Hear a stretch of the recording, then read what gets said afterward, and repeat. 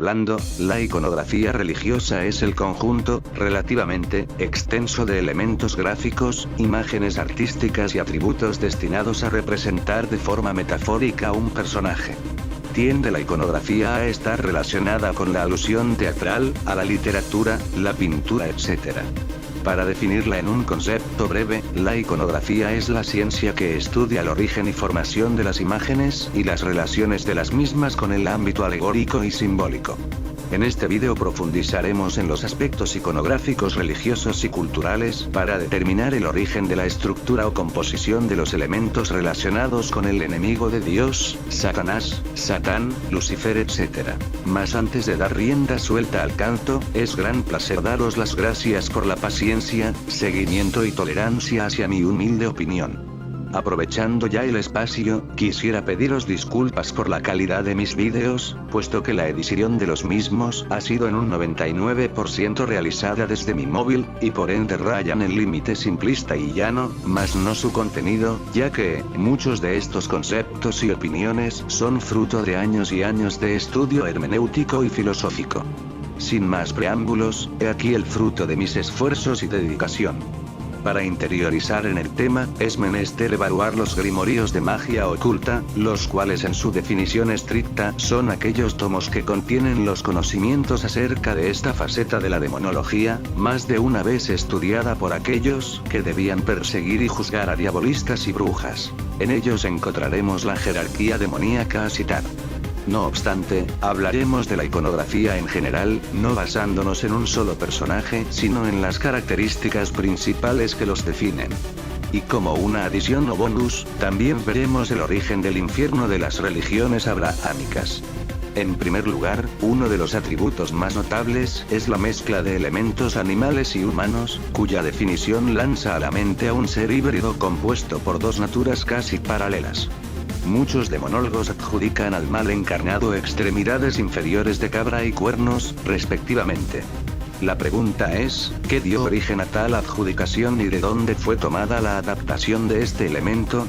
Remontándonos a la religión griega, podemos encontrar a los faunos, seres fantásticos mitad cabra, mitad hombre, muy relacionados con Pan, semidios del ganado y del rebaño, encargados de salvaguardar la integridad de los bosques y el ganado. Como dios profético, llamado por el nombre de Fatuo, Fatus, se creía que revelaba el futuro al hombre parte en sueños y parte mediante voces de origen desconocido, que eran comunicados a quienes iban a dormir en sus recintos, tumbándose sobre el vellón de los corderos sacrificados. Según los romanos, los faunos representaban, a su vez, la virilidad y el deseo desenfrenado por el contacto carnal. Para dar fundamento a lo que os digo, en el relato épico de Orfeo y Eurídice, se hace alusión de un fauno llamado Aristeo, fiel sirviente de Minerva, diosa de la guerra estratégica y sabiduría. Ya en el relato se narra que, Orfeo, haciendo caso omiso de los tributos a entregar el día de su boda con Eurídice, a Minerva, fue maldecido por Minerva misma, cuya en la perversidad de su venganza, encargó a Aristeo diese persecución a Eurídice, el cual deseaba ferilmente poseer carnalmente a la esposa indefensa de Orfeo. Respecto al culto que se les rendía, los lugares en los que se daban sus oráculos, altares de veneración y comunicación directa con los dioses, eran arboledas sagradas. Una cerca de Tibur, actual Tívoli, en torno a la fuente albúnea, y otra en el Aventino, cerca de Roma. Los ritos observados en el primer lugar son minuciosamente descritos por Virgilio. Un sacerdote ofrecía una oveja y otros sacrificios, y la persona que consultaba el oráculo tenía que dormir una noche sobre la piel de la víctima, dando entonces el dios una respuesta a sus preguntas bien en un sueño o mediante voces sobrenaturales. Ovidio describe ritos parecidos celebrados sobre el Aventino. En Roma había un templo redondo de Fauno, rodeado por columnas, sobre el monte Celio, y se le construyó otro en el 196 a.C., en la isla Tiberina, donde se le ofrecían sacrificios el Ides de febrero, día en que los Fabii habían perecido en Cremera. El escritor cristiano Justino Mártir identificó a Fauno con Luperco, el que protege del lobo, el protector del ganado, siguiendo a Livio, que bautizó su aspecto de Inuo como el dios que fue originalmente adorado en la Lupercalia, celebrada en el aniversario de la fundación de su templo, 15 de febrero, cuando sus sacerdotes, Luperci, llevaban pieles de cabra y golpeaban a los espectadores con cinturones de piel de cabra. En el Festival de la Faunalia, que se celebraba el 5 de diciembre, la gente del campo con gran alegría y banquetes, hacía referencia a Fauno como dios de la agricultura y el ganado. Respecto a los cuernos, antes de la infamia, así llamados por los eruditos hasta nuestros días, tales representaban todo lo contrario al concepto adoptado por el simbolismo religioso cristiano. En culturas anteriores y durante la cultura griega, los cuernos se asociaban con la luna, tomados como la fecundidad terrestre y en buena medida, al toro, animal paradigmático de fecundidad, una de las tantas transmutaciones de Zeus, dios soberano y rector de la antigua Grecia. Ya en el mundo grecorromano, los cuernos eran representados con los sátiros, llamados faunos por los romanos, demones o numinas, es decir divinidades menores. Ahora bien, en el mundo grecorromano, muy especialmente en el romano, llevaban cuernecillos también las esculturas y representaciones de dioses fluviales. Cada río era identificado con un dios fluvial protector, un dios de fecundidad, puesto que sus aguas fecundaban la tierra.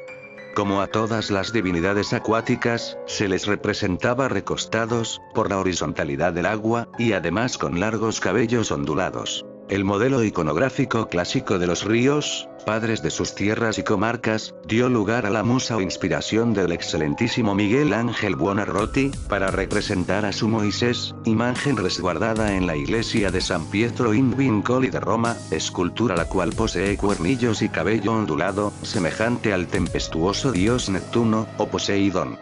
Hablando de Neptuno, Neptuno nos lleva a través de sus fieras aguas al segundo icono a citar. Por décadas, otro atributo de suma relevancia fue el tridente del diablo. La pata de oca era considerada sagrada entre los maestros constructores, una pata de oca simboliza un tridente. Las ocas eran consideradas el paradigma de la sabiduría sagrada. Se basaban en la creencia que las ocas, gansos o ansares, eran las guías sagradas, enviadas para aconsejar a los humanos. El ayo, pedagogo o maestro, era conocido como el ganso. El maestro Hars significa el ansar que enseña. Para los celtas la oca o el cisne eran animales sagrados portadores del conocimiento divino, los mensajeros del otro mundo. El tridente pues, en equivalencia simbólica, era la representación del conocimiento, a manera de cetro, cuya representación halló auge en la soberanía de las aguas de Neptuno, era un símbolo de poder intelectual y de jerarquía por sobre todos los dioses acuáticos que le secundaban. Llegando al tercer punto, encontramos la representación gráfica de la quimera, en algunas religiones cristianas de nuestros días o testigas de su fe. La quimera posee un nivel dual de hibridismo entre serpiente y león, o león y águila, y regularmente se le cataloga como una mentira de alta alcurnia, extorsionadora y mentirosa. No me extraña que este ser existiera, intacto, en la cultura griega, puesto que, en la mitología griega, quimera, en griego antiguo quimaira, que significa animal fabuloso, latín chimara, era un monstruo horrendo, hija de Tifón y de Equidna, que vagaba por las regiones de Asia Menor aterrorizando a las poblaciones y engullendo rebaños y animales. Fue madre con Ortro, de la Esfinge y el león de Nemea.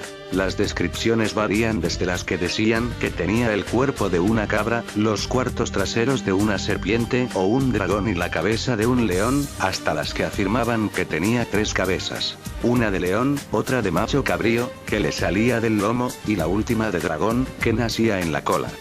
Todas las descripciones coinciden sin embargo en que vomitaba fuego por una o más de sus cabezas y por su trasero.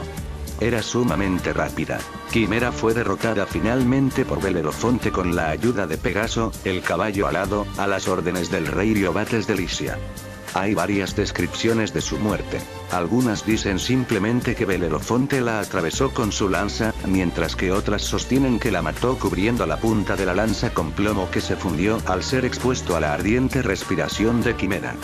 Pero es acá donde difiero y me visto de alevoso. Creo que la quimera cristiana pudo tener también su origen en el ser infernal del Hades llamado Cerberus, Cerbero o Cancerbero. Cerberus era el perro de Hades, dios de su paralelismo Hades o Averno o infierno, un monstruo de 3 cabezas en la tradición más común, pero de 50 cabezas según Hesíodo, autor de la Teogonía, con una serpiente en lugar de cola. Cerberus fungía, también, como el perro guardián de los infiernos, y según la obra poética y política, la Divina Comedia, escrita en tercetos encadenados a la italiana, por Dante Alighieri, en uno de los tantos recintos de castigo, Cerberus devoraba a las sombras, mientras las sombras, almas condenadas, eran testigas audiovisuales de las fauces de la bestia y el crujir de sus extremidades a cada mordisco. El cuarto punto abarca un aspecto simbólico de constante uso por los satanistas y constante crítica por los cristianos. El rayo o S satánica, según fuentes cristianas, es la alusión gráfica de la caída de Lucifer, después de su rebelión. Este símbolo o icono tuvo origen léxico en la expresión radius, que significa varilla puntiaguda. Cabe mencionar que el rayo, evidentemente, existió desde tiempos más remotos a la lengua latina, puesto que siendo un fenómeno natural, es casi imposible determinar sus primeras adaptaciones a la lengua o lenguaje escrito. Como decía, el rayo es tomado como signo de caída y rebeldía, fue usado también por la élite SS nazi, y mal calificada o adjudicada al grupo de rock Kiss. En tanto, icónicamente hablando, ¿en qué momento de la historia el rayo tomó relevancia simbólica en algún personaje? El rayo fue adjudicado, por los griegos, a Zeus. Esta era el arma por excelencia de dicho dios, y al mismo tiempo su suprema manifestación con los mortales. El rayo, como arma divina de Zeus, fue un regalo de parte de los hecatóquidos y cíclopes, hijos de Gea, la madre tierra, durante la titanomaquia. Tales fabricaron el rayo, curiosamente uno se llamaba luz, el otro centella y otro estruendo. En la aleación metafórica de los 3 nace el arma perfecta. Esta arma jugó un papel determinístico en la victoria de los olímpicos sobre los titanes, puesto que los titanes, como último recurso, llamaron a la bestia de las 1000 cabezas de serpiente, llamada Tifón, la cual, según los griegos, tocaba las estrellas con la testa. Entre los atributos incluyen el rayo, el águila, el toro y el roble. Además de su herencia indoeuropea, el clásico Zeus recolector de nubes también obtuvo ciertos rasgos iconográficos de culturas del antiguo Oriente Próximo, como el cetro. Zeus fue frecuentemente representado por los artistas griegos en 2 poses: de pie, avanzando con un rayo levantado en su mano derecha, y sentado majestuosamente. Como dato curioso y prueba del monoteísmo hacia Zeus, antes del monoteísmo cristiano, al pie del monte Parnaso, en 2009, se encontró una estatua decapitada con una águila tallada al pie de la misma, con la inscripción griega, Salve Zeus, el omnipotente. En conclusión, os pregunto, ¿es acaso prudente continuar con la idea de la errónea relación iconográfica en vistas de todo esto? Dejando a un lado la iconografía de personajes, es el momento de hablar de la iconografía de locación. El infierno cristiano halla su mayor esplendor en la obra ya mencionada, la Divina Comedia. El infierno de Dante se dividía en una extensa gama de círculos que secundaban en zonas. Os mencionaré solo los primeros 4 círculos, ya que precisaría un vídeo aparte para abarcar todo el tema. El primer círculo Se trata del limbo. En él se encuentran las personas que, no habiendo recibido el bautismo y siendo que nacieron privados de la fe, no pueden disfrutar de la visión de Dios, pero no son castigados por algún pecado, por eso es llamado también anteinfierno. Su condición ultraterrena tiene muchos puntos de contacto con la concepción clásica de los campos de Elíseos. Pero según la doctrina cristiana, algunas almas pudieron salir del limbo y acceder al paraíso. Se trata de hecho de los grandes padres, como Adán, Abel, Noé, Moisés, Abraham, David, Isaac, Jacobo, Raquel y muchos otros. En el tercer canto también aparece entre ellos el pagano Rifeo, que vivieron antes del cristianismo pero que Cristo liberó después de la muerte, llevando la insignia de su victoria sobre el mal y causando entre otras cosas daños físicos al infierno. Por ejemplo, hizo colapsar todos los puentes de las Malevolge, como explica Malacoda a Virgilio en el canto 21. Se encuentran aquí Homero, Horacio, Ovidio, Lucano, Electra, Héctor, Eneas, Julio César, Camila, Pentesilea, Latino, Lavinia, Bruto, Lucrecia, Julia, Marcia, Cornelia, Saladino, Aristóteles, Sócrates, Platón, Demócrito, Diógenes de Sinope, Anaxágoras, Tales de Mileto, Empédocles, Heráclito, Zenón, Dioscórides, Orfeo, Cicerón, Lino, Séneca, Euclides, Ptolomeo, Hipócrates, Avicena, Galeno, Averroes. Además, en el canto 22 del Purgatorio, Virgilio nombra compañeros suyos del limbo en una conversación con Estacio. Ellos son Terencio, Estacio, Plauto, Vario Rufo, o quizás Varrón, Persio, Eurípides, Antifonte, Simónides de Seos, Agatón de Atenas, Antígona, Teifile, Argia, Ismene, Ipsípila, Manto. Dante habla de la hija de Tiresías. Se debe quizás pensar a un despiste dado que ya la encontramos entre los adivinos. En el segundo círculo comienza el verdadero infierno. De hecho, encontramos a Minos que juzga a los condenados según el mito ya presente en Homero y Virgilio. En el segundo círculo están castigados los pecadores incontinentes y en particular los lujuriosos. Ellos son empujados por el aire, vencidos por la tormenta infernal, evidente contrapaso, por analogía, de la pasión que los abrumó en vida. Están castigados aquí Semirámide, Dido, Cleopatra, Helena, Aquiles, París, Tristán, Paolo Malatesta y Francesca de Rimini. En el tercer círculo. En el tercer círculo, Dante y Virgilio continúan encontrando pecados incontinentes, en particular golosos. Ellos están inmersos en el fango, bajo una lluvia incesante de granizo y nieve, y golpeados por Cerbero, guardián de todos los ínferos según la mitología clásica, pero aquí relegado a guardián de solo el tercer círculo. El contrapaso es más complejo respecto al anterior círculo, pero se puede ver igual. En el fango en el cual están obligados a arrastrarse, una antítesis del uso refinado que hicieron en vida en el sentido del gusto, y, en la avidez del guardián que los maltrata, un reflejo de la avidez y la codicia. En conclusión, se puede decir que está potenciado al máximo el aspecto bestial de la avidez de comida, como se nota también en la degradación que sufre el mismo Cerbero respecto a su breve aparición en la Eneida. De hecho, Dante maximizó la monstruosidad del aspecto físico así como en el objeto que se le tira. Una focaxia sonífera en la Eneida, pero acá un puño de tierra. En el cuarto círculo. Los pecadores de incontinencia del cuarto círculo son los avaros y los pródigos, condenados a empujar enormes pesos de oro, divididos en dos grupos que cuando se encuentran se injurian. La grandeza del peso que los oprime simboliza la cantidad de bienes terrenales que acumularon o gastaron, dedicándose enteramente a esto en vida. El guardián del círculo es Plutón, rey del Averno, que Dante confunde quizás con Pluto, dios de la riqueza. Más como no hay quinto malo, XD, he acá el quinto círculo. Este círculo es el último en el cual se encuentran pecadores castigados por su incontinencia. Aquí están los iracundos y los perezosos, los primeros inmersos y los segundos sumergidos en el pantano del Estigia.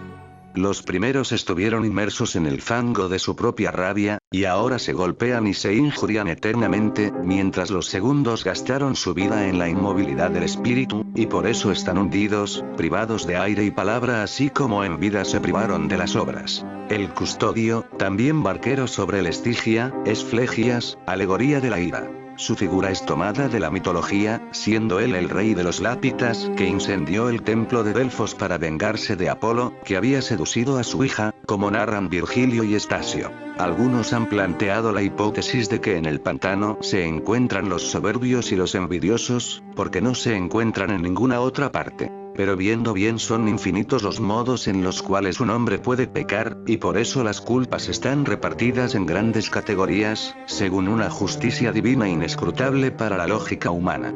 Notamos después cómo la soberbia y la envidia serán castigadas en el purgatorio no como culpas precisas, sino como tendencias del carácter, diferencia que bien distingue a los dos reinos. Aquí es castigado como iracundo. Filippo Argenti. En conclusión, de manera perversa, el cristianismo asestó a dos pájaros de un tiro, al satanizar la iconografía griega y al tomar todos estos aspectos e incluirlos en su lista de demonología. Tomaron los faunos, ninfas, semidioses, dioses y el averno mismo de los griegos y lo adaptaron con el fin de lucrar e infundir un miedo extremo en sus seguidores. Tiempo A, del oscurantismo religioso, y por ende, es mi deber difundir, con bases sólidas, el conocimiento muchas veces negado a la sociedad en general. No obstante, con ello no pretendo séquitos ni admiradores, sino reafirmar mis pasos hacia la iluminación verdadera,